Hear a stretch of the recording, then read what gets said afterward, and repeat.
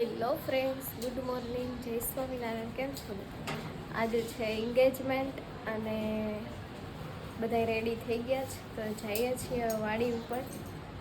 તો બધા જો રેડી થઈ ગયા છે. આ છે મારા મામી, એક મામાનો છોકરો લગભગ ઘણા ઓળખતા એક છે અક્ષય, એના મમ્મી છે. આ મારો ભાઈ. અમે થઈ ગયા તૈયાર, તો હવે નાસ્તો કરવા જઈએ અને હવે ત્યાં જ જઈએ. તો ચલો મળીએ. નાસ્તો એ અમારો થઈ ગયો છે. ચા, ગાંઠિયા, જલેબી, પછી પપૈયાનો સંભારો, મરચાં એવું હતું, પણ મેં શૂટ ના કર્યું. હજુ મારું નવું છે, મને પબ્લિકમાં થોડી શરમ આવે છે. કંઈ નહીં, આપણે કન્ટિન્યુ કરશું. નજીકથી તો હું બતાવીશ, અત્યારે દૂરથી બતાવું છું. આગળ છે ને, ત્યાં લોકોને રાખ્યું છે પેલું રિંગ સેરેમની મારું પેલું બેનર, તો ત્યાં જઈને હું બતાવીશ. ચિરાગે આવી ગયા છે નાસ્તો કરવામાં, એ નાસ્તો લેવો છે. ચલો પછી મળીએ. ચિરાગ આવી ગયા હે, તો મને કંઈ ક્લિપ લે, હું નાસ્તો કરું તો બતાવી. તારા પ્લેટમાં તેમાંથી બતાવો. આ છે નાસ્તો, બતાવો તો ખરી, તો ઊંચું લઈ જાય છે. હા, ગાંઠિયા, ચા, મરચા, સંભારો ને જલેબી ખાવી બતાડવાનું. આ નહીં, અને ખાય છે. હજી કોઈ આવ્યા નથી. કન્ટિન્યુ રહેજો, મજા આવવાની છે વ્લોગમાં, કારણ કે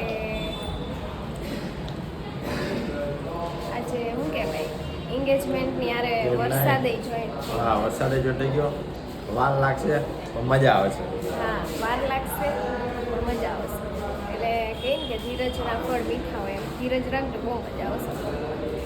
તો કન્ટિન્યુ જોડાઈ રહેજો અને વચ્ચે લાઈક, શેર અને સબસ્ક્રાઈબ કરી દેજો. ચલો મળીએ.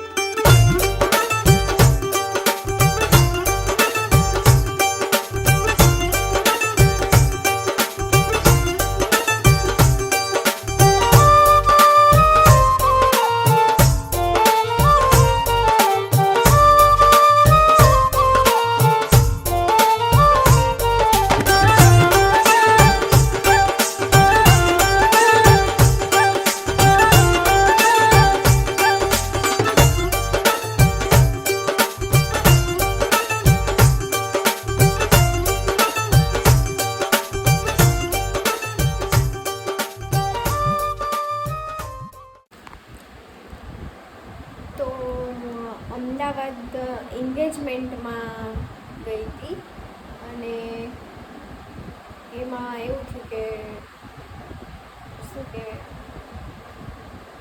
અડધો જ લગભગ બ્લોગ લેવાનો જ, તે પછી નહોતો લેવાનો એક પ્રોબ્લેમના લીધે, કારણ કે મારું માઇન્ડ ડાયવર્ટ થઈ ગયું હતું એટલા માટે.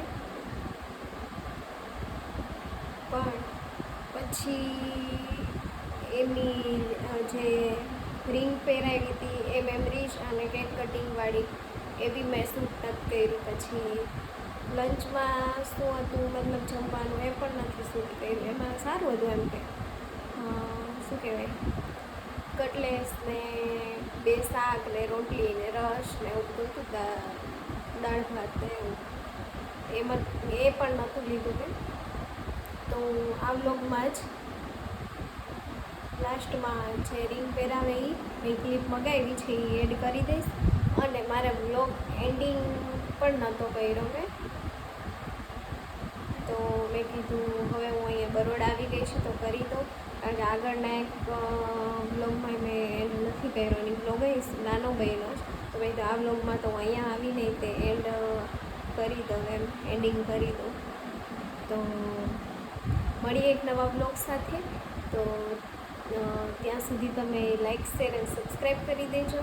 અને જય સ્વામિનારાયણ ને જય શ્રી કૃષ્ણ.